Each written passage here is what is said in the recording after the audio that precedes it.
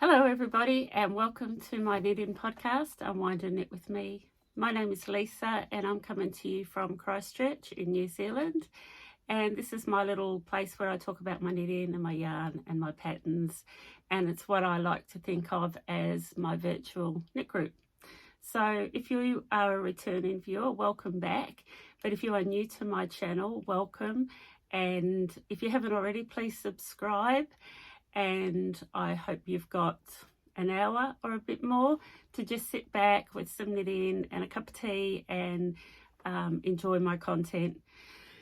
So today is Friday the 8th of September, and I just can't even believe it's September. I'm back in March. Like, what has happened to this year? It has gone so quickly, and even the last 3 weeks since my last podcast has gone really quickly, and I just don't know what happens with the time, to be quite honest. But in saying that, I still always make time to knit. So you can find me on Ravelry and Facebook as Unwind and Knit, and we also have a community Facebook group which is growing really nicely, and that's a place where you can share your patterns and your yarn and your finished objects, and it's also a really nice place if you need to ask questions. It's a lot of helpful people over there. So I really love that group. For me, I get to share with you everything that I do. So it's really nice to have a place where you can share what you're doing. So if you haven't already, jump over and join that group. You will be asked 3 admin questions, very basic. So just answer those questions and then a moderator will approve you quite quickly. So that's Facebook, that's Instagram. I also have an online store, which you can see here behind me and at the front and the sides. So, and that's unwindandknit.com. A lot of what I talk about you can find on my website. So if you haven't already, jump over there and have a look. It's quite exciting because I've actually recently purchased some new slat wall hanging stands. So there's more room in here, and the yarn, which is behind me in the shelves, but it's also on both walls on the side of me. So it feels really good. It really feels like a shop. And I've got all my chalgu on display on a stand, my chalgu needles. So yeah, it's a really lovely little place. I open by appointment, so I work from home. So all my details are on my website. So if you're ever in Christchurch or you live in Christchurch, you just flick me a text or an email and we'll make a time that you can come. I do open to the public most Saturdays from 10 till 2. So that's another time where you can come and see it all in person. But other than that, it's all online. I have just hit the milestone of 2 years for podcasting, which I can't believe. It blows my mind that 2 years later I'm sitting here. It's episode 46. I should have said that at the beginning, shouldn't I? Episode 46, 2 years, and I just love it. I just love being part of this knitting community. To celebrate my 2 years anniversary, I did a competition where you could leave comments below, and I did that in collaboration with Bronwyn from Good to Go Knit Design. So we're giving away 2 of her patterns, and I'm also giving away the yarn to knit those patterns. So I have drawn the 2 winners, and I will get to that shortly. And I'm not sure if I mentioned it already, show notes. I leave show notes down below to everything I talk about. So yarns, tutorials, books, websites, patterns. It'll all be linked below in my show notes. And depending on what sort of device you're watching me from, I think the best way to access those is actually from a laptop. I don't think you can access them on your phone. I might have that wrong, but I do leave show notes. Okay, and I wanted to mention this because I'm super excited. I did mention it in my last podcast, but I didn't expand on it. I'm planning some travel for next year, and my plan, well, it's not a plan, it's all happening. I've booked, most of our accommodation is booked, but I'm going to Knit City 2024 in Canada. It's Toronto next year. So it was Montreal this year, and my understanding is it alternates between Montreal and Toronto. So I am going to go to Knit City. I'm taking a friend with me, and then we're going to hang out at knit shops. We're actually going to hang out with Noelle and Kelly from Knits and Pieces, and we're going to meet up with them at Knit City, and then we're going to go over to Sarnia, I think that's how you say it, where they live, and then we're going to be there for about 10 days, and then my husband's flying in afterwards, and we're going to and then he's going to join us. And if you follow me long enough to know, my husband runs, so he's found a ultra running event that he can do over there. So I'm really excited about that. I will chat more about it as we go. But so I've got a really big plan to look forward to. So that's my travel plans for next year. Very epic. I've always wanted to go to Canada. It's like literally the other side of the world. It's such a long way away from New Zealand. But it's like, if I don't do it now, when am I going to do it? I don't want to do it, you know, when I'm too old. So just do it. So yeah, I'm going to Knit City. So I think that's most of the admin-y stuff. I did want to mention Stephen West 2024 MCAL, Mystery Knit Along. I'm not participating because last year I participated and I didn't get it finished. I love everything about what he does. So what I wanted to say is, if you're thinking about doing it and you want to do it. Because I've learnt so much from Stephen West's knit-alongs and his tutorials. He's such a good teacher. He's seriously an expert at what he does. So if you are thinking of doing it and you're not too sure, I would really encourage you to do it, because you will learn so many new techniques from Stephen, and it's just such a great thing to be part of. Yeah, so the make along, and the next thing on my list. So I now have a newsletter, and on my website down the bottom you can opt to subscribe to the newsletter, or if you've purchased from my online store, I think there's a box that you can tick that says keep me up to date, and you will be on my newsletter list.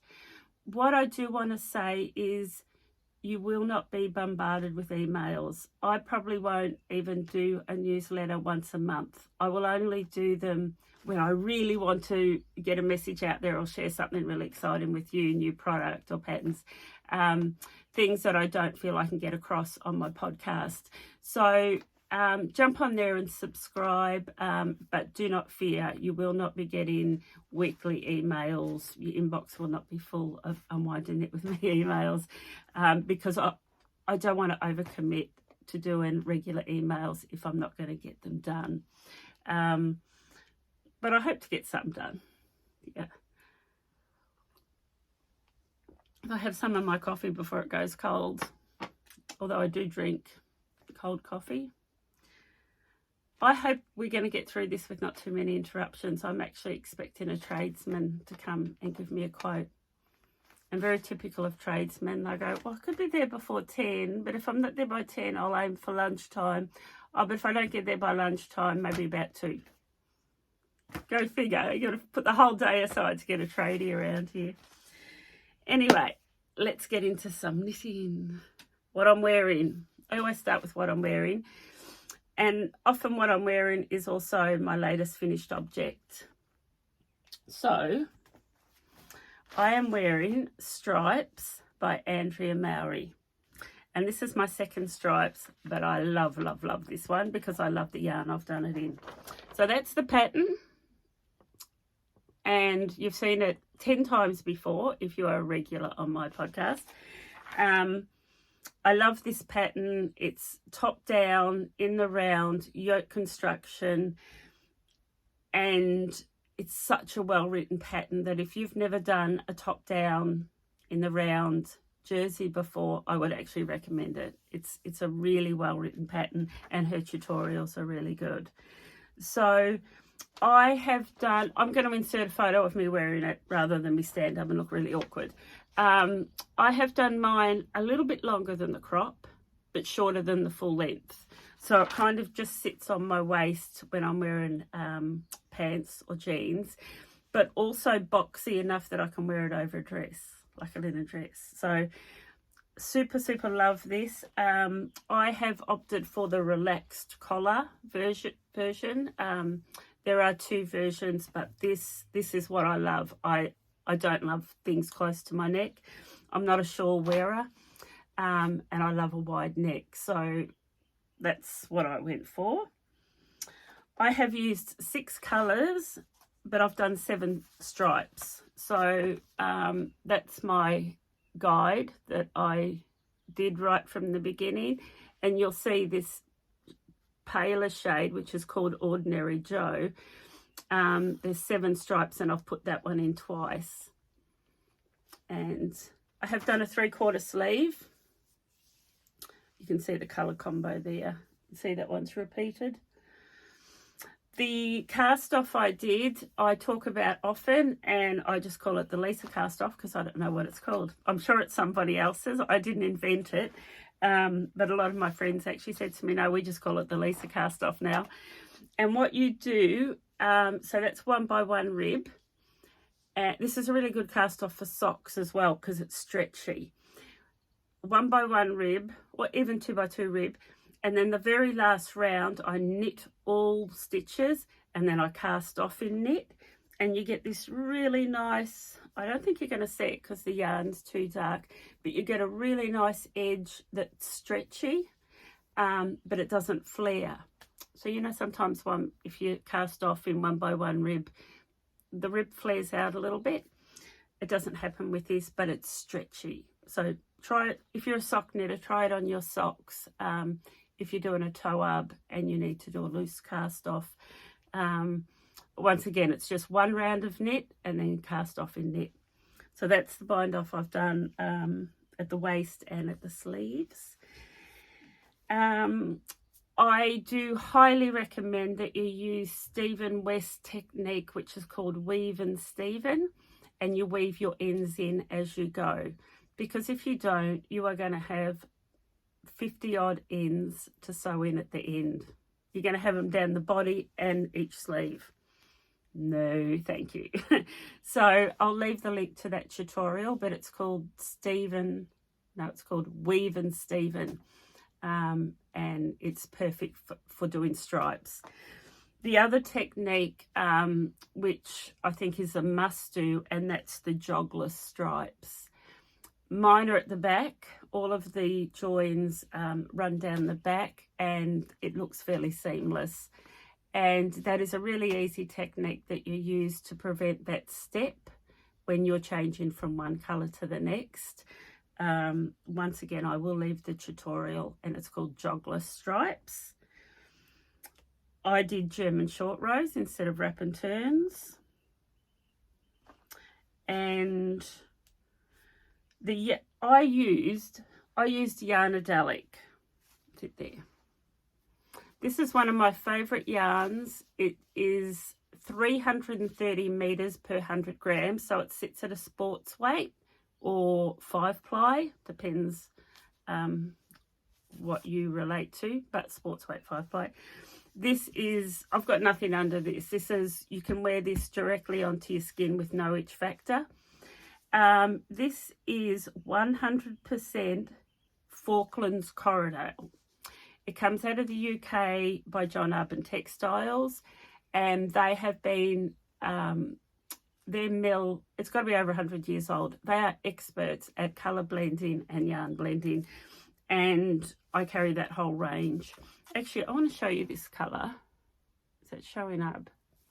This colour is called We Love You, and it was a limited edition last year, so it's a never to be repeated colour that I still have some left. And it's just got this beautiful halo, but it's a green, but it's kind of got flecks of teal in it. Such a beautiful colour. I I'm a really big fan of that yarn. I've used it a lot. I've used it in my last couple of finished objects. My Calypso sweater, I used it in. If you follow me, you'll know I've used it. What I will say about stripes is, out of the 6 colours, I have all this left. I could get pretty close to making another one out of this. I would have to, the Ordinary Joe, which is a light colour, I would need to buy another one. But I think I could get another jersey. So 6 skeins is a lot. Yeah, 6 skeins. But it goes a long way as well. You will have leftovers. So that's Stripes by Andrea Mowry. Oh, the other thing that I did, which I do a lot, is I went up half a needle size on my sleeves. So I did my sleeves in a 4mm needle, where the rest of the body, actually I only went up quarter of a size. The main body was done in a 3.75 for me to get gauge. I think I've got an eyelash in my eye. And I went up a needle size. So I do that often because if I don't, the sleeves are just too tight. So that is something to be mindful of. If you feel that, I know that I'm a bit chunkier through there, so I like that little bit of extra give in my sleeves. If you're quite slender through there, don't worry about doing that. I know a lot of my friends do it now as well. So I'm going to insert a photo here so you can see this jersey in all its glory with me modelling it. Okay.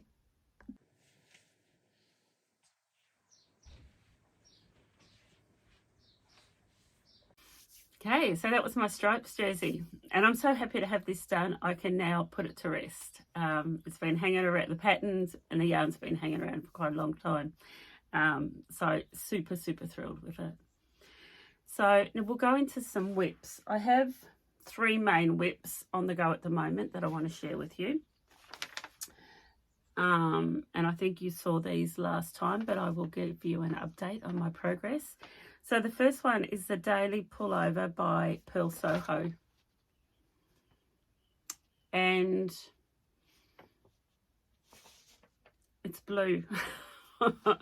I really need to put some colour in my life, don't I? I just love blues and beiges and earthy tones, but this is blue. There's my swatch. So I did do a swatch. I do the little eyelets to indicate for me what size needle I used. So the yarn I'm using here is, I haven't got a ball band, it's Prosper Yarn, and that's available in New Zealand. It's a New Zealand dyer. I think she's based out of Auckland or somewhere in the North Island, and it's 70% merino, 30% linen. Now, to the touch, this is beautiful. It's really beautiful and it's really drapey, but I actually am not enjoying knitting with it. I don't like the feel of it in my hands, and I think it feels rigid, like there's no stretch in it that's normally is in 100% wool. But of course I'm going to finish it, and I love the finished result. So it kind of feels rough in my hands, but it doesn't feel rough once it's knitted up. It feels absolutely beautiful. I'm going to, so obviously I've joined in the rounds. You can see how much I've done there. So that's the V-neck. So what's going to happen here, I've done a provisional cast on, and then I will be picking up all of those stitches to do that deep V. See there, which I'm really keen on doing. And once again, I probably will do it similar length to this. I won't do it full length. I want it a little bit boxy, but it won't be too cropped either. And I've made really good progress, and I'm really enjoying it. I have, where are we? Out of my first skein of wool, which is 400 meters, I only have that much left. So I need a little bit. So I'm going to finish that little bit in my stockinette stitch in the body, and then I'm going to stop and I'm going to put them on hold, and then I'm going to do my sleeves. And I do that all of the time. I only do a small part of the body, then I do my sleeves. I just find it a lot easier than doing the whole body and then having that all that bulk of the fabric to then go back into my sleeves. But I also find that I do the sleeves and I can try it on as I go, and it gives me a better indication of fit and length when the sleeves are in place. So yeah, I will start the sleeves fairly soon, and I'll probably have one or two of those done before my next podcast. They're my sleeve stitches there on cables. If you haven't already bought these, you need to, because they're so good. And that's the other new product I have, are these needle tip stoppers.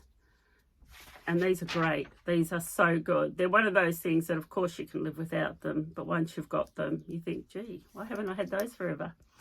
So that is my, that's my daily pullover by Purl Soho. Really happy with it. Like I said, just not, I don't like the feel of the wool in my hands.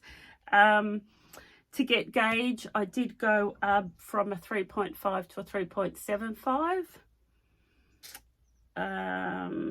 And I did do the provisional cast on using the needle and the crochet hook method, but I've got a new provisional cast on that I'm going to show you, that I come across, and I've used it in my next project, so I will show you. I probably won't do this provisional cast on again ever after learning this new one. So that is actually, that's in, this is what is called my small tote bag, 100% leather, beautiful thick leather, and that's quite a big project. And I also have in here a whole new skein wound up. I have the pattern and I have a notions pouch, and that fits in there. This bag has a clip to close it. I'll show you. It does have a closure. Closure here, and it comes with the leather notions pouch in the matching color, and I have got a couple of this color left, which I think is called mustard, and I've got one orange. So if you're after a new little leather bag, love it. And like I say about my leather bags, they're forever. They're not something that you'll use for 6 months and not use again. That they will last forever. Anyway, so that is my daily pullover. What's my next one on my list? Actually, I'm going to leave that one to last. I will just show you. So this has been a whip for quite some time.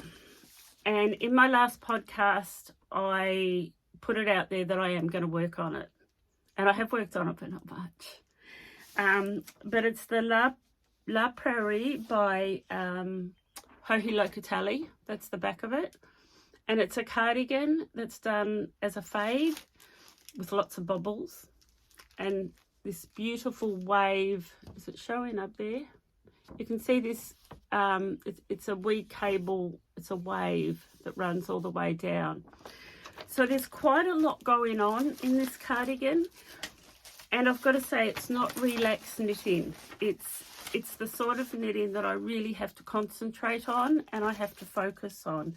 And that's why I haven't got much done. I am only 2 rows into introducing my second colour for my fade. And as you can see here, there's not a big difference between my first 2 colours. So this one's got more white through it than this one. This one's more of a more solid. The third and the fourth and the fifth colour are a little bit more obvious colour changes. So you're not even going to notice the colour change, and there's only 2 rows of it. But I do want to show you. Isn't that beautiful? I've done 2 lots of bobbles. And you can see that wave pattern. I just love it. And like I said, I just haven't had that time on my own to just concentrate, and that's why I haven't got much done. But I really want to. I really want to get it finished actually for this summer.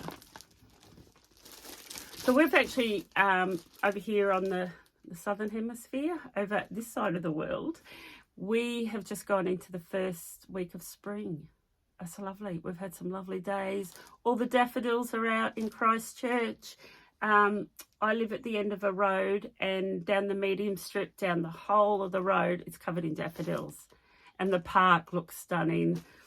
So yes, we are coming into, well, we are in spring, coming into summer, and I'd really like this cardigan done for summer. I think it will be a really nice wardrobe piece.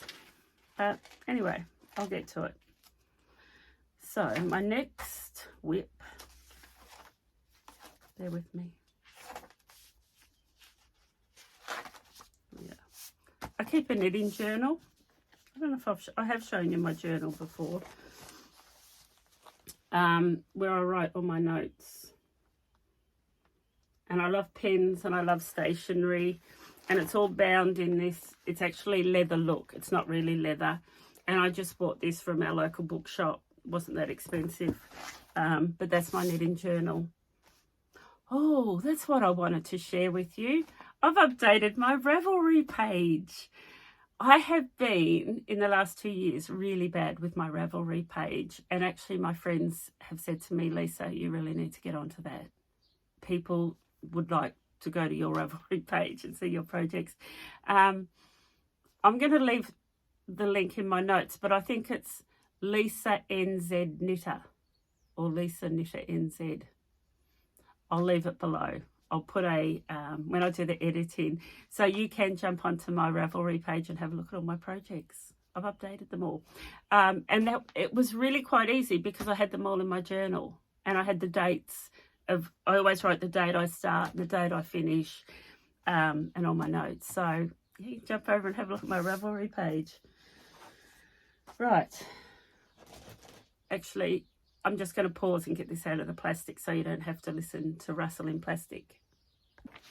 Okay, so this is my next whip, and I've made some pretty good progress on this. It's my Kuutar top by Sari Nordlund. It's a sleeveless top. Now, if you follow me, you know that I've done a couple of Sari's patterns. I really like Sari Nordlund's patterns. This is the top. I've done the Kuutar tee, which has got sleeves, and she also does a Kuutar sweater. My Kuutar tee I have worn before. I should have brought it down. I actually did that in a DK weight, and it's a short sleeve, and I wear it in the summer, but I also wear it in the winter, lay it over a base layer, a merino. So I do get a lot of wear out of it, which reminds me, a bit further forward in this podcast, I'm going to talk about, just my opinion, DK versus fingering weight and 5-ply, because I've a few new things of I think my trade person's here.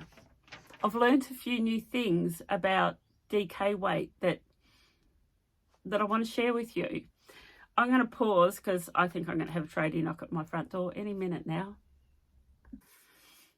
Okay, tradie gone, so we can get back to podcasting. It was actually a quote that I didn't want to receive. I'll have to deal with that one later. So let's get back. I'm not sure where I left off. My Kuutar top. It's the pattern there.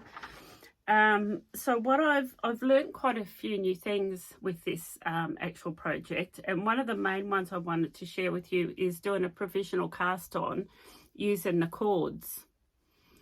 Now, if you've used these cords, you know that when it comes to using these stitches to making them live again, all you have to do is put the needle over the end of that cable and slide your stitches onto your needle.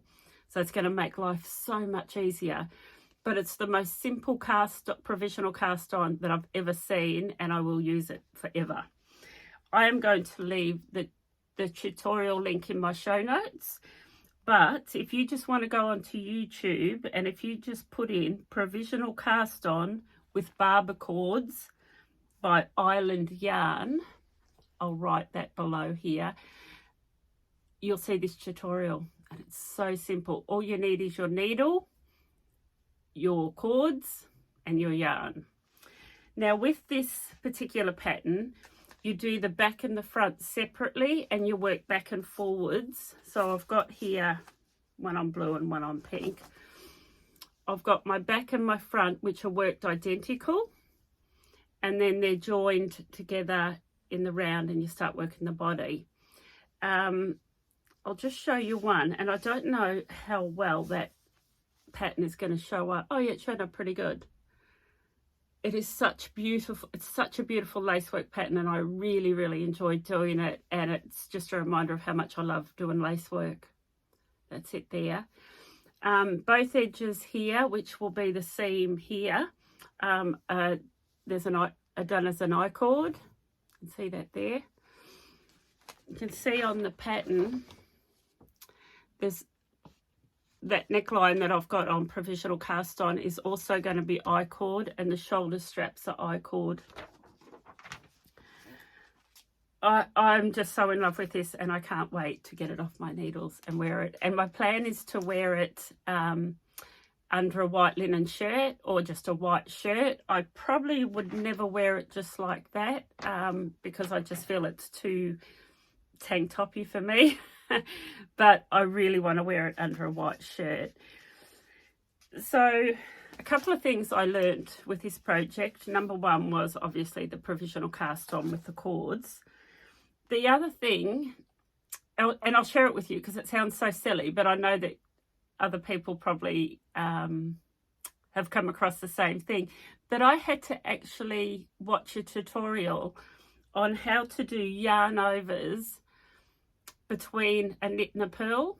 Now, of course, I know how to do a yarn over on a knit row and a purl row, but when you're going from knit to purl, I couldn't get my head around it.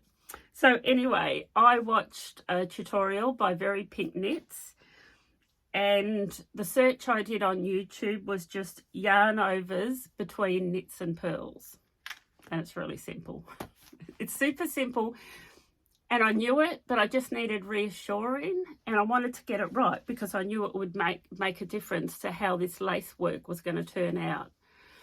So those simple little things that we, as knitters, we know, but sometimes we just need reassuring, especially when you're just at home knitting on your own. You haven't got people around you to bounce things off.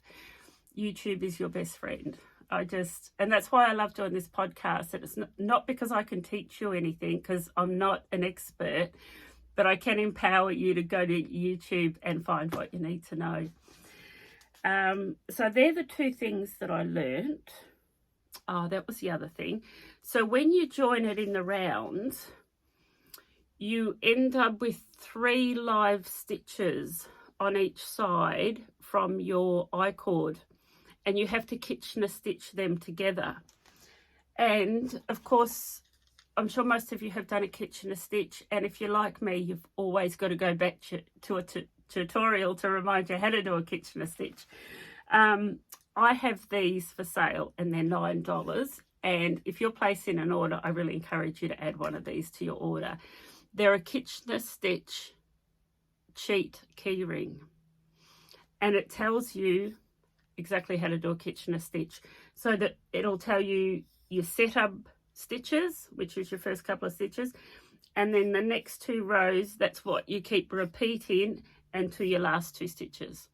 So that is a must-have in your little notions pouch or hanging off the side of your project bag.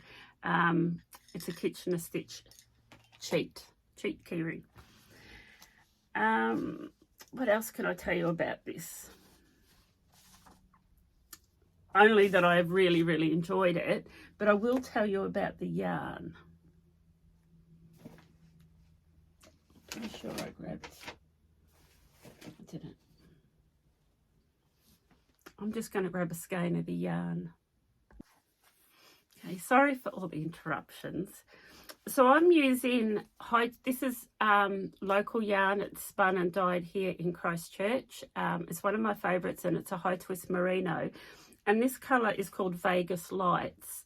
Now, This has been custom dyed for me, so, and you can buy this from my website. Now, I just want to show it to you there in the skein.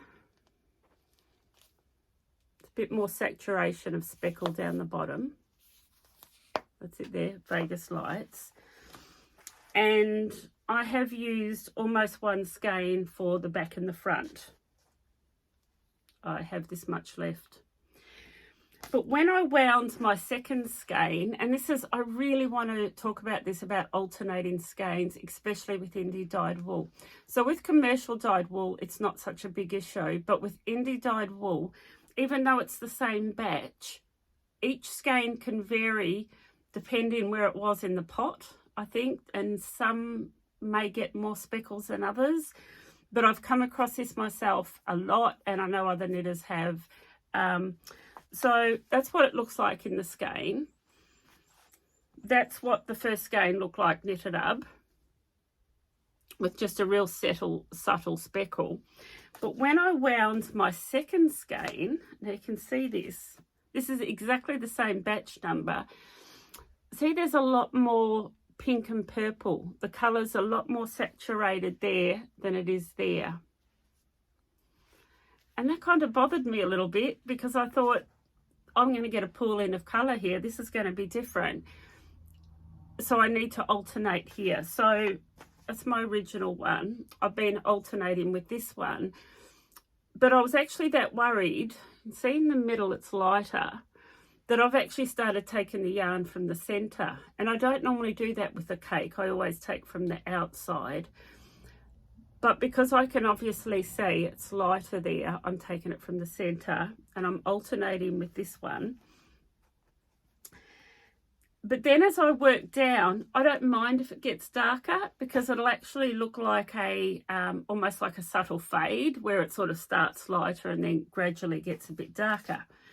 Now, I've been alternating these skeins, and it's quite clear that there's more saturation of colour in that body than there is the top. I wondered if it was because this is stockinette stitch and this is lace work, that it's showing up more in the stockinette stitch, but I don't think it is. I just think that the skeins, there is a variation between the skeins, even though it's the same batch. And like I said, I'm okay if I've got this gradual fade and it gets a little bit darker as I go down.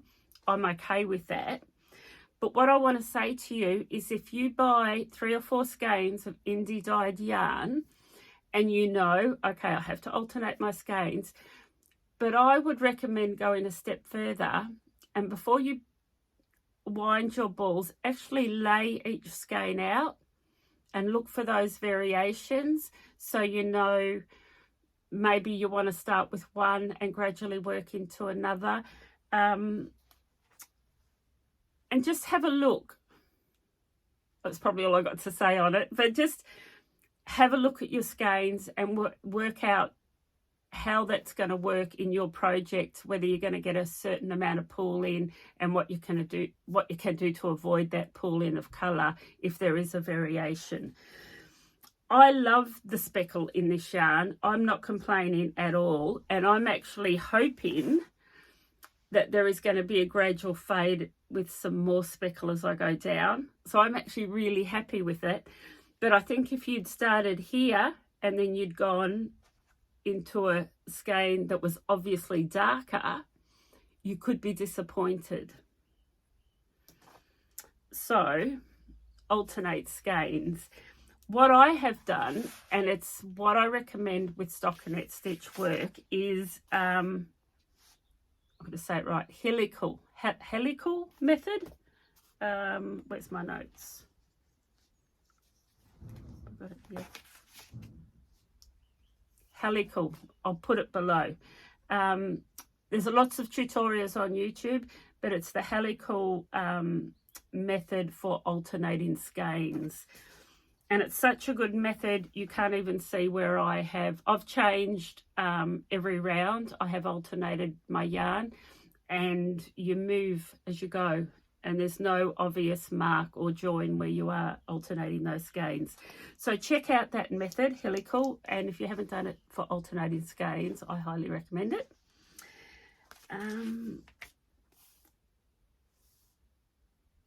Yeah, that's probably all I've got to say. I'm doing a size 5. Normally, with most projects, I sit around a size 4.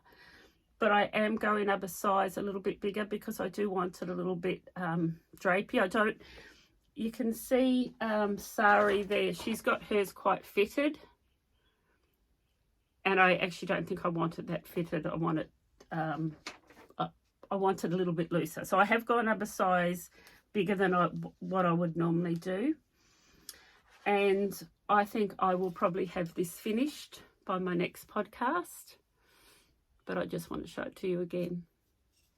I think it's absolutely stunning. I love the colour. I love the pattern. I love the lace work. I love the I-cord. I love that I've learnt this new provisional cast on. It's a real winner.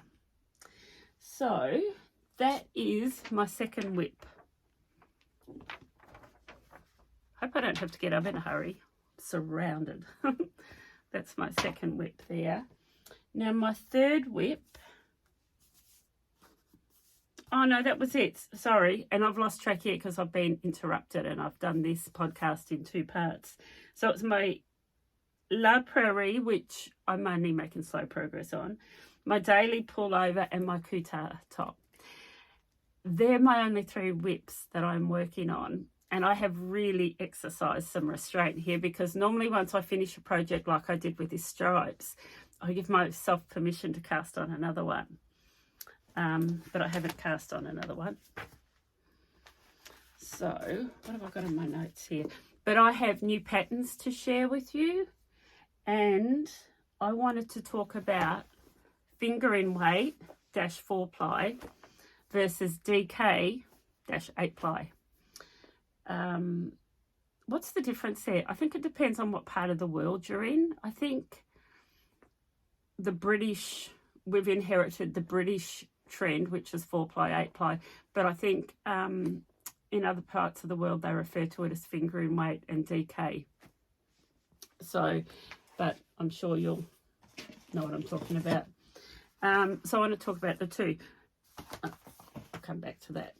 So what I have found lately is I've got a couple of these jerseys in this yarn, which is sports weight.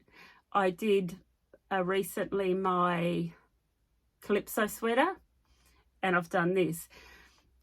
And there's certainly positive ease. I don't do anything with negative ease, but they're warm, and warm is good, right? Because that's why we wear woolens. But I have actually found in some situations that I overheat. But then I had a funny thing happen, is I went out to a cafe that I go to regularly, and I wore a different top. I wore my ranunculus that I thought I brought down, but I haven't. I wore my ranunculus that's done in a DK, and it's done in quite a lofty kind of DK, 100% merino. And I actually didn't overheat in it. I actually felt cooler in that than what I did in something like this. And I think, number one, it's boxy and there's lace work, so it's a lot more airy. It had 3/4 sleeves, but it got me thinking why I overheat in some garments and not in others. And some of the garments that I don't overheat in are actually DK weight. Now, here's another one, and I highly recommend this because this was one of the first jerseys I did as a top down in the round, and it's a basic Raglan by Locatelli. I love a Raglan. I probably prefer a Raglan over a yoke construction. Raglan work for me, they suit me, and I just love them. I've had this jersey for 6 or 7 years. I can't remember the yarn. It was bought. It's just a commercial yarn that you can buy in any yarn store, a DK weight. And I've worn it a lot. It is quite boxy. It's got a big hem on it. 2x2 big hem. It's full sleeve, full length sleeves. But it is quite boxy on me. I feel really good in it. But I've never really overheated in it, yet I've overheated in jerseys that are 4 ply. So I suppose what I want to say about that is I think here in New Zealand we've got it in our heads that DK weight's just too heavy for us. It's just not suitable for our climate. And I'm kind of, I suppose, challenging that thought because I'm really happy with some of my DK and I want to do some more. So what am I going to next? I'll show you some new patterns. Before I do that, I have had a lot of requests for the Jamieson and Smith yarn swatch sets. They come in this wee little folder. Shop set, this is my set. I received quite a large Jamieson and Smith order in recently, and I have these in stock. A set of these, I think it's $30. I've gone up. I don't make any money on these. This is just what it costs me to bring them into the country and sell them to you. But if you've been waiting for your set of swatch cards for Jamieson and Smith, I now have them. And I also now have 72 colours. There's 110. I've got 72 of them. So that's really exciting. And I also, these swatch cards are only $5.50, but I have them for all the John Arbon textiles yarns. So the Yarnadelic, the Apple Door and the Exmoor Sock, you can get swatch cards for those as well. They're on my online store. Okay, let's talk about some new patterns because I feel like I'm kind of all over the place now.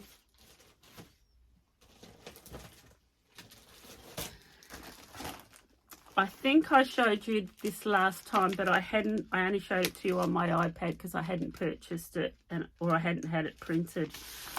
But this is the Alpine Bloom by Caitlin Hunter.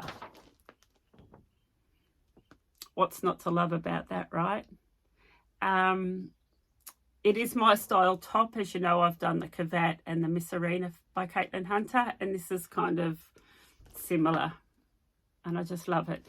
They have used Spin Cycle in here.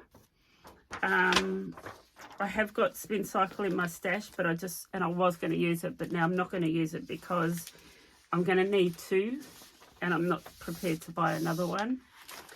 But I went through my stash, and I love it when I can pull something together out of my stash. Sorry for the plastic.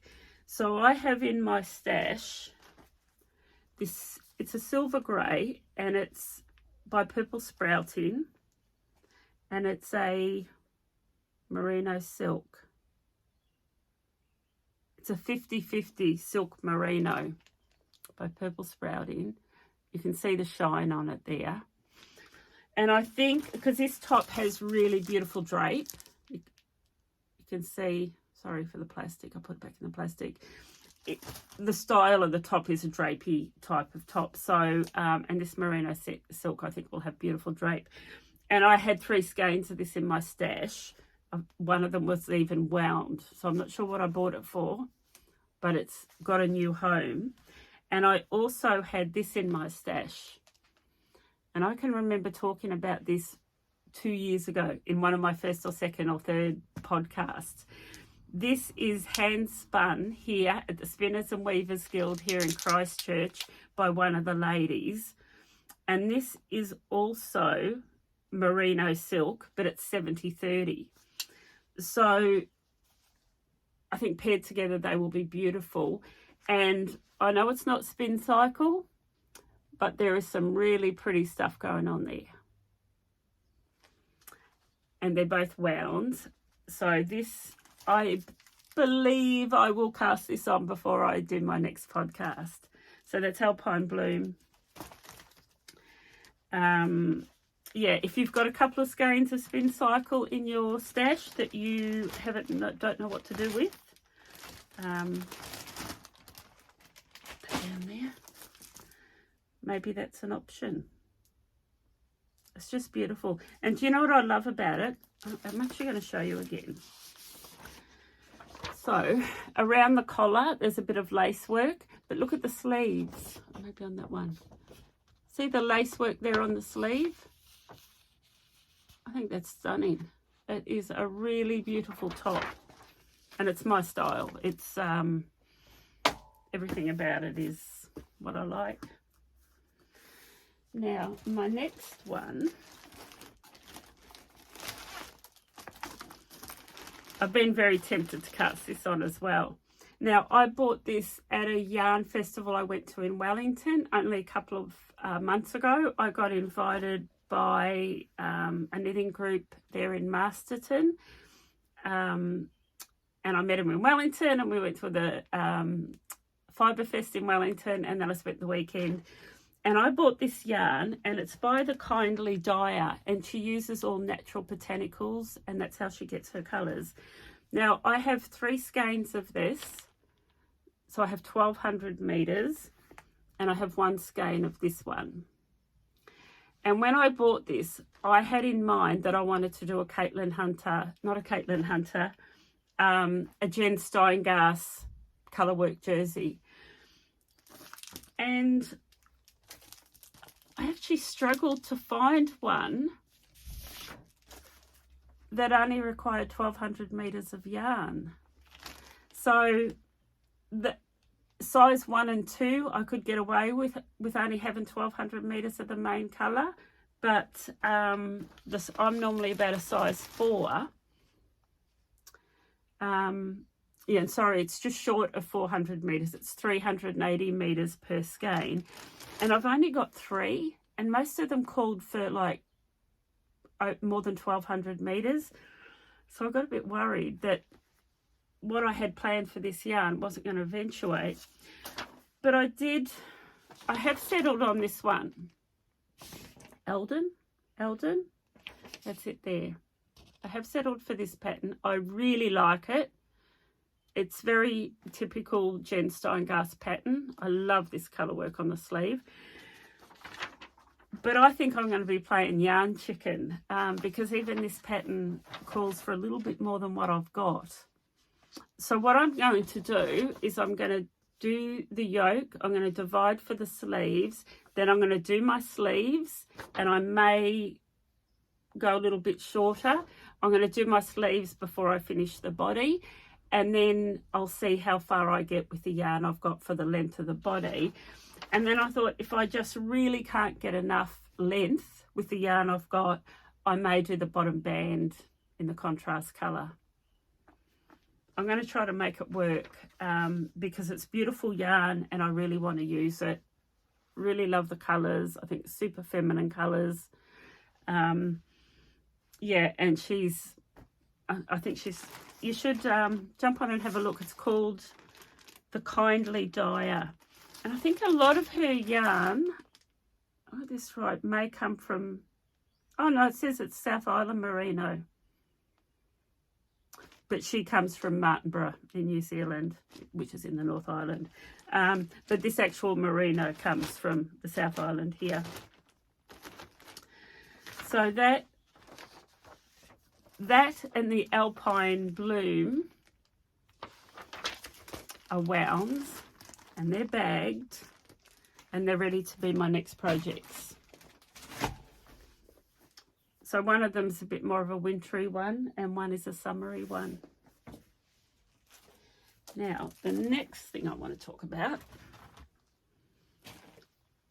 I've gone on about this pattern too for a couple of my last couple of podcasts. And it's Joji Locatelli Super Simple Summer Sweater. This one here. And this is done in DK. It's actually done in a heavy DK, and I'm going to do it in my Nurturing Fibres Super Twist DK, which sits, is it? No, I can't read it. It's a little bit heavier than an 8 ply. I think it's 200 and, oh, I've got one here.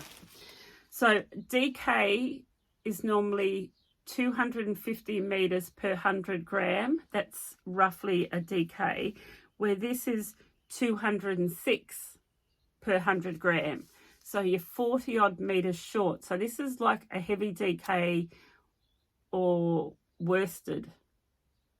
Anyway, it is super twist though, so it'll work. I know it'll work. So I wanted to do this, but of course I've toyed up with that question of, but it's a DK, is it going to be too heavy? Is it going to be too hot for our climate? Will I actually wear it? But like I said, I've been wearing some of my DK jerseys and I have found almost like my body temperature is regulated better than when I'm wearing a 4 or 5 ply with less positive ease. But anyway, so a friend has knitted this and we went to knit group and she brought it. Now she's actually knitted this in the exact yarn that Hohi Locatelli has, and I'm pretty sure it's a cotton wool blend. Now this is hers and I love it. It's got the split hem. It's really boxy. I can just see myself wearing this, not this, but this jersey with linen pants in the summer, like if you're having a barbecue and you're outside in the evening. But what happened, so she brought this and she said, you're welcome to try it on, wear it, but it doesn't fit me. And I think the reason for that is that this yarn, because of the cotton, it doesn't have very much stretch in it. It's really quite a dense fabric with not much stretch. And it was actually too tight for me through the arm. So I'm going to have to give it back to her. But the more I look at it, the more I know I want it in my wardrobe. This is actually a little bit scratchy as well. Yeah. Retrosario, I think the yarn was. It was the original yarn that Hohi recommends for it. She doesn't wear it because she finds it a bit too scratchy. But I'm going to do it in merino, in this high twist merino. And I'm going to stripe it. And I just want it. I want it in my wardrobe. And I'm just putting it out there to you that I think we can wear DK knits in our climate. Right. I feel like I'm just waffling on a whole lot now, but I have got more to get through. Okay. Oh, and I have to tell you the winners. I haven't done that yet. I have to tell you the winners of my competition. So I'll tell you them now. So I have an app that does a random generation, and I will insert the names. I don't know what you call them. It's when it generates it produces an image for me. But the first person, and it's obviously just a username, it's Poaks, P-O-A-K-S. And she would like to do the Mighty Oak Shawl by Good to Go Knits. So Bronwyn from Good to Go Knits is going to give you that pattern. So I need you to contact me with your details, and she will drop that pattern into your Ravelry account for you, and then have a chat to me, and I will donate 3 skeins of my DK yarn for you to do that. The second winner is Anne-Marie Hern. And I think she might be from Australia, and she wants to do the Gartlet shawl, which is in fingering weight. So I'm going to donate 2 skeins of my merino fingering weight yarn for Anne-Marie Hern to do the Gartlet shawl. And once again, contact me with your details and your Ravelry account name, and we'll get that pattern to you, and we will talk so you can choose the yarn that you want. So thank you very much to everybody that entered. It was really nice for me to be able to feature a New Zealand designer. And I know a lot of you went over and had a look at some of Bronwyn's patterns. So thank you, Bronwyn. That was great. And I'm sure we'll probably do some more in the future. So they're my 2 winners. I will leave the details also in the show notes. Okay, excuse me.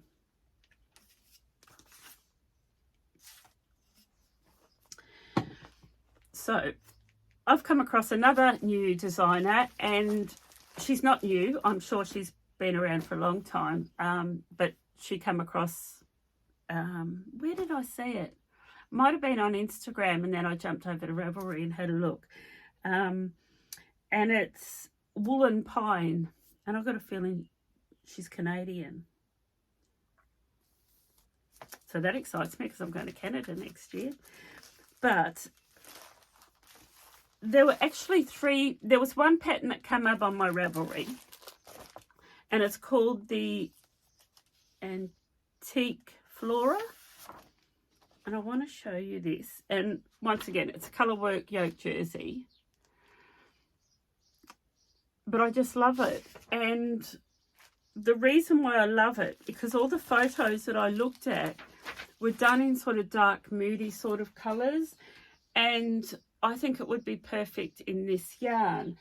And I have this colour, which was a limited edition, and it's called Sour Bay. And I really want to use this colour, but I know that I can't do a full jersey in it because this colour doesn't suit me.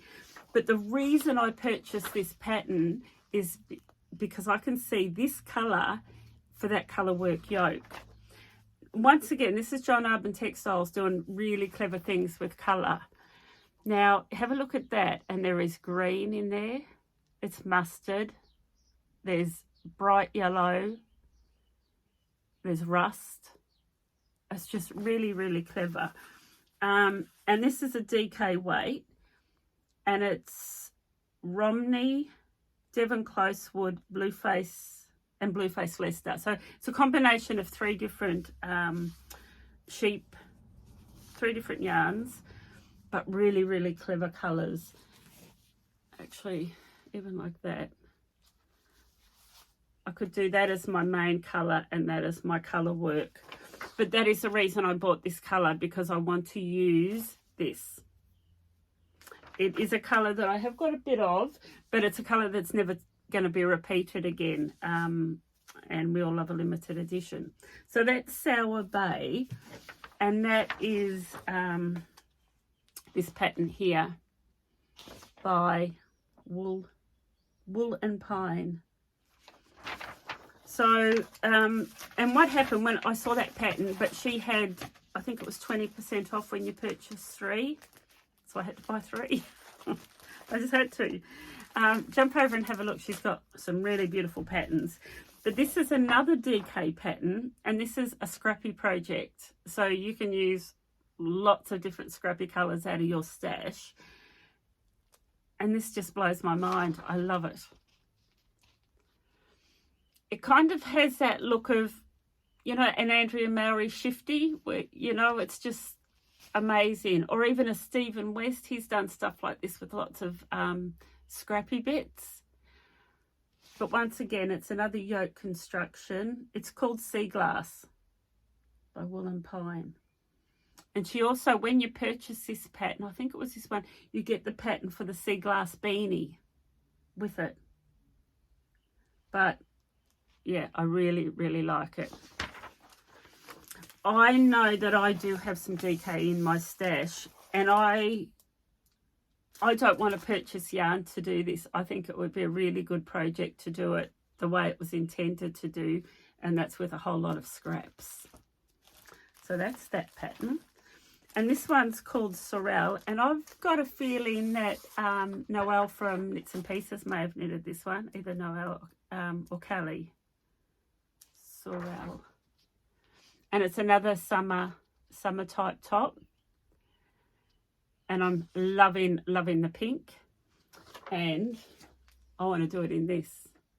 So this is done on my merino sock base. So it is 80 merino, 20 nylon. But this colour, it's called My Little Ballerina. Have a look at that. That is so pink. And I can see, it's probably because that's pink, but I thought that's what I'm going to do. And I have used this sock base on one of my Miss Arenas that I've done. It's a yellow one, and that's done in this exact base, 80-20 sock, and it wears really well. It's lovely and soft, and it does wear well. But yeah, I just want some pink.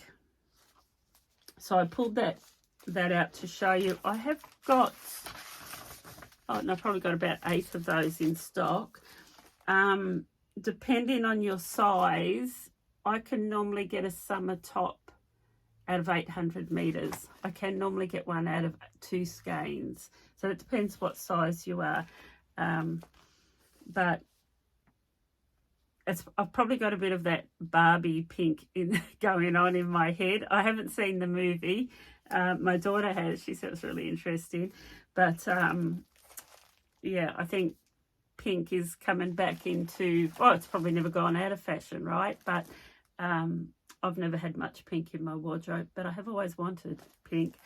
I've actually got some DK pink in my stash that I purchased specifically to do another basic raglan, the one I showed you before by Hokey. So I do have pink in my stash. I should dig that out. But anyway, so that's woolen pine. And if you're just wanting to jump down that Ravelry rabbit hole, jump on there and have a look at some of those designs. Now, the next one, I'm actually quite frustrated that I haven't cast this one on, because I've talked about it for ages and I have seen some of my customers that have finished their projects and I'm really, really envious. But it's the Douglas Cardi by Andrea.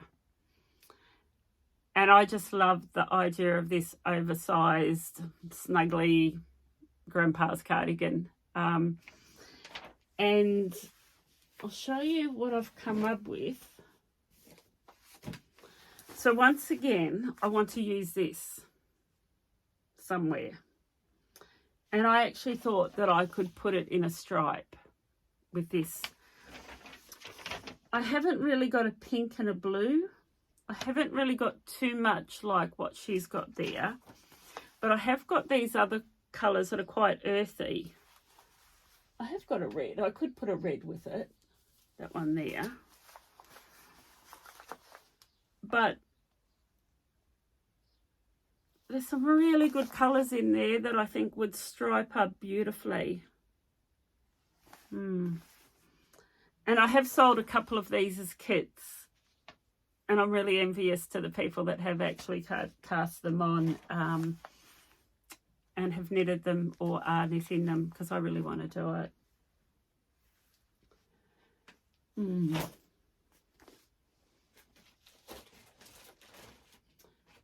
The other one, I'm not sure if I showed you in my last podcast.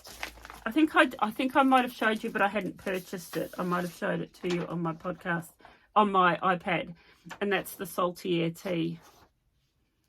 Samantha Gurin. And when I got back from holidays and I was catching up on some of the podcasts that I like to watch, it seems like everyone had knitted a Salty Air Tea. And I kind of felt a bit of FOMO, like I'd kind of missed something, so I had to buy that. I have got the yarn. I was going to do the Cumulus tea in it, but I've decided to repurpose that yarn to do the Salty Air Tea. I spoke about that. Oh, this is another. I've actually just recently done the swatch, so I thought I would show you.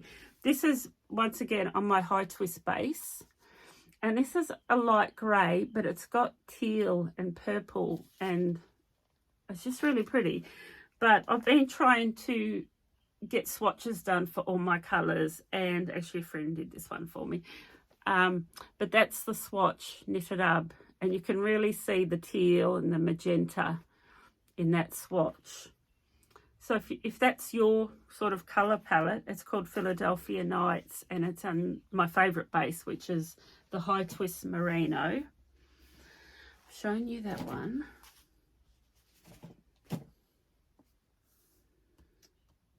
Okay.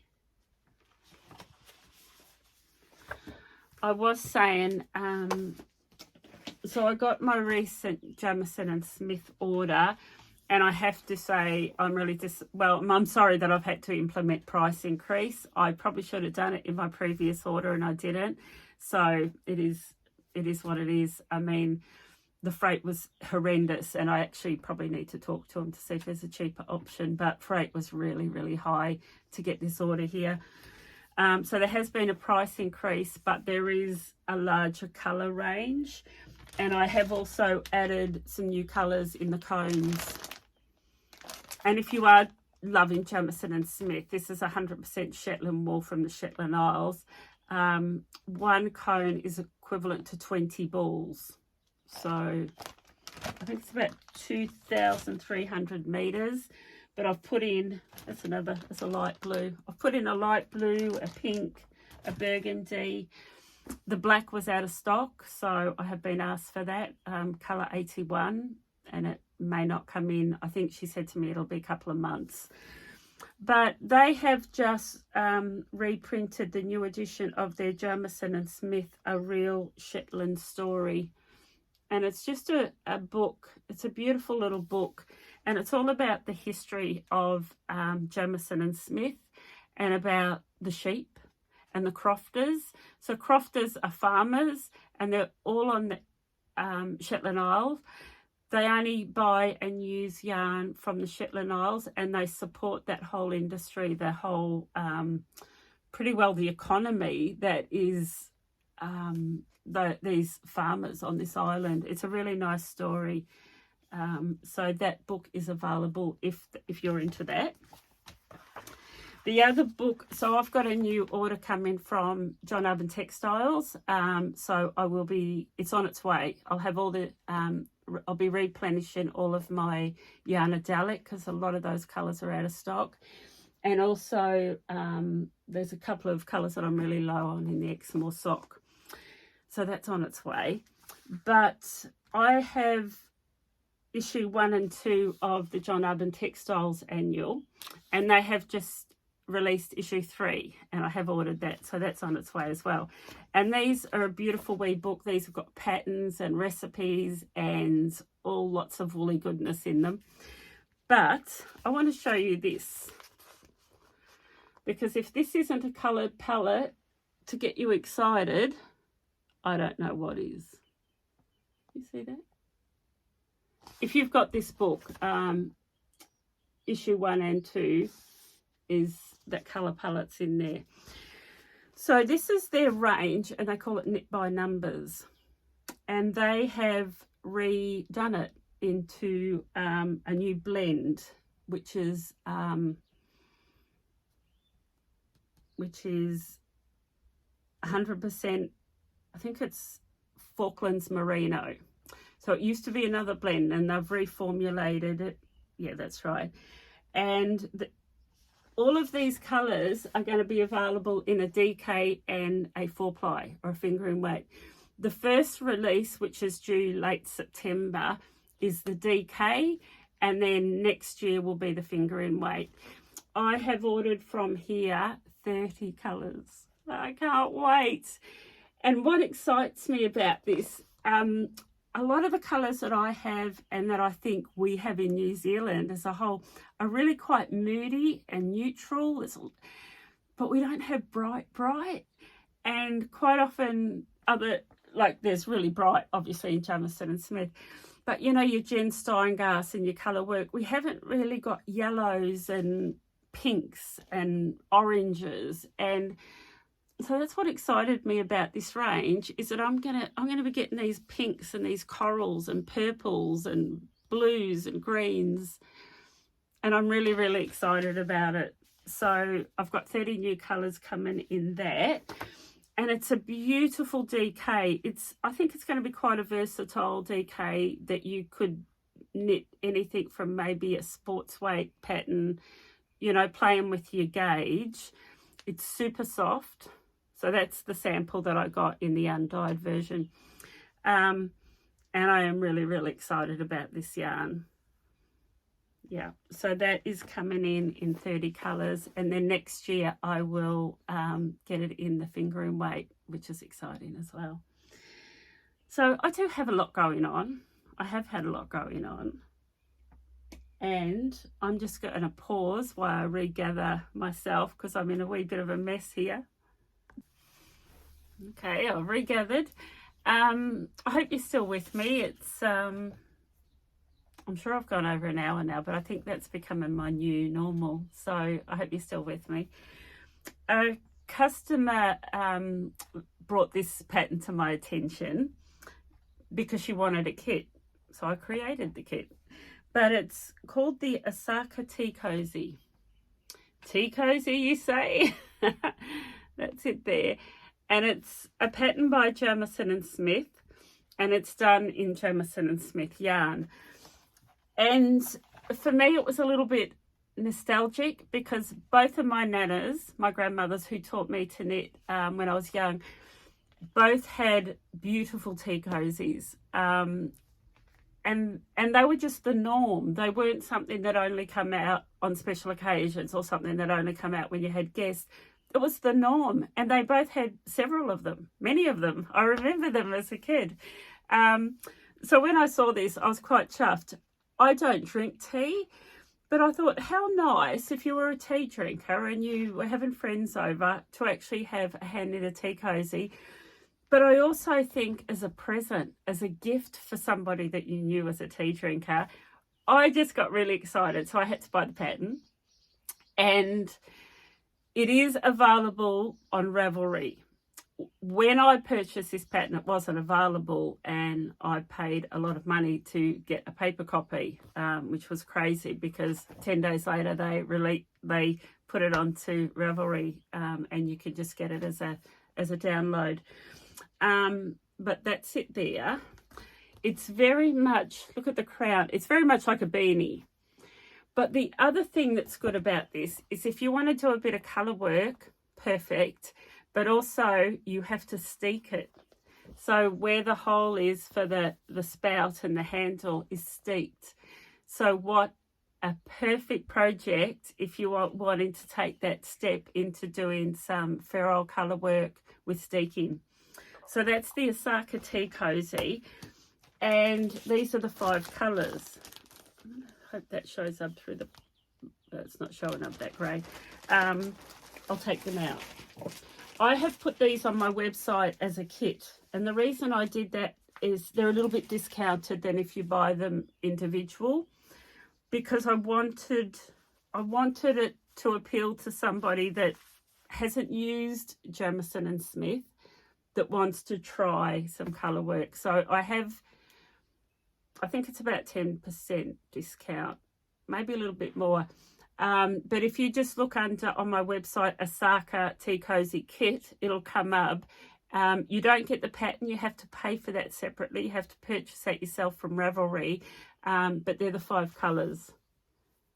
I love this. Love that colour. It's called Salmon. And there's a plum. Yeah. So they're the 5 colours that are in that. And I hope that I can tempt somebody that wants to do a bit of colour work and a bit of steeking. I just think it's a really good way to test the waters. But also, if not for yourself, as a gift, I think a tea cozy is just beautiful.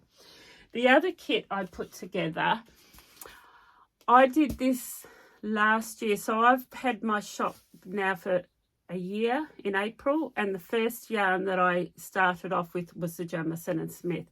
The reason for me having a shop is because I wanted to bring in Jamieson and Smith, and I knitted this beanie. It's the crown. The crowns are always so good, and that's it there. And this is called the Lady Catherine hat. Now I did a colour match.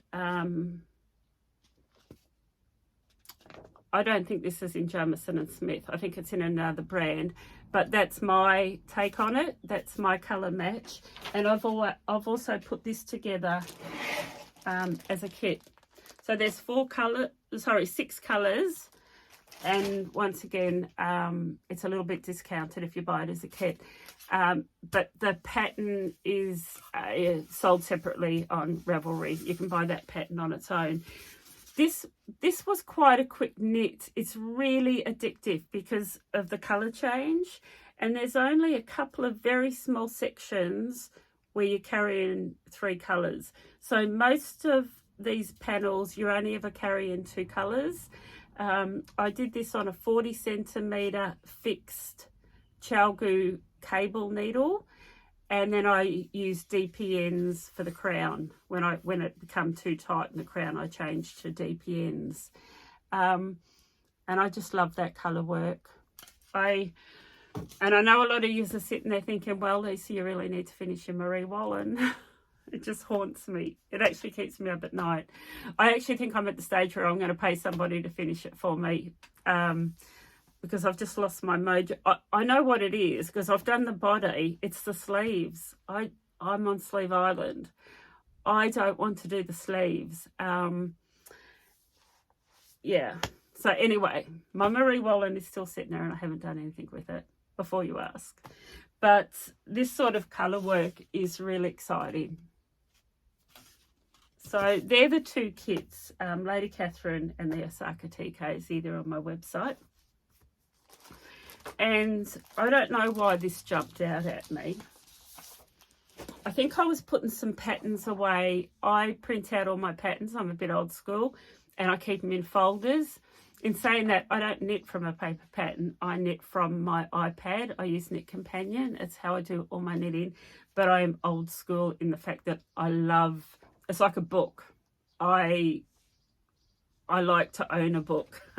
I don't like to read them on a Kindle. I'm the same with my patterns. And I was putting some patterns away and this jumped out at me. And it's called Elah, E-L-A-H, and it's by Isabel Kramer. And once again, it's a big oversized DK weight cardigan. So maybe that's why it jumped out at me, because of the Douglas cardigan. I really want a couple of oversized warm cardigans in my wardrobe. But what I love about this one is the back of it is all just stockinette stitch, but the front panels are lace, and I do enjoy lace work. But when I saw it, this jumped out at me. So I'm sitting here looking at you and I've got this stand on the wall there at the side that's got all of my Nurturing Fibres. This colour is called Shipwrecked, and it's that heavy DK that I was talking to you about, 206 metres per 100 gram, and that I could get gauge for this cardigan using this yarn. And this yarn, it's actually very much like this one. That one I showed you before, called Philadelphia Nights. Well, this is a DK one, and it's quite similar. Like, it's got the magenta and the teal, and it's got grey and silver. But that one's called Shipwrecked, and I think it would do that cardigan really nicely. So I'll leave the links below for all those patterns that I have talked about. And under the link, I will put, if I have talked about a yarn that would be suitable for that pattern, I will write that in the show notes as well. I think I've worked through my list. I hope you've got something out of it, and I hope you've enjoyed spending the last hour or so with me. There are so many knitting podcasts out there now, so I feel really quite blessed that you choose to spend an hour or so with me. It's really cool. I know I say this on every podcast, please subscribe. If you want, you can also, from my website, subscribe for my newsletter, which you won't get very many, but if something does happen, at least that's you'll be informed via the newsletter.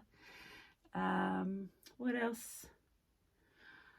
I think that's about all. Oh, there was one other thing. I got an email yesterday from Meta. Meta is that big thing that owns Facebook and YouTube. And they are changing the advertisements that will appear on my podcast. I don't know exactly yet how that's going to play out. As it is at the moment, by default, there are ads, but I go in and with every episode, I disable the ads so you don't get them in the middle of my podcast. You only get them at the start and the finish. That is something I have to manually take out, and I know there's been the odd one that I have forgotten to do that, and I have people yelling at me saying, Lisa, why are there so many ads? So I do manually take those out, but they are making some changes, and I'm not sure yet how it's going to work. So if there are changes and all of a sudden you see ads where there shouldn't be ads, that is why. and just bear with me until I get my head around what it is that they're actually doing. I don't think it's coming until October, so it shouldn't affect this one, but that's what's happening. I don't know if it's going to be a good thing or a bad thing. They say they're doing it so that people like myself that do podcasts can actually get revenue from it, from the ads, like, but really I think you've got to have like 50,000 subscribers to even earn $50. Like, it's crazy. So I don't know how it's going to work, but do subscribe. It does help my channel. And was there anything else? I don't think so. I'm going to leave it there because I'll just start waffling now and rambling. But do visit my shop, unwindandknit.com. There was one more thing. It reminded me, because I talked about my shop. I have, as part of my whole little journey in my shop, I've created a wee brand for myself called Unwind and Knit with Me. That's my label.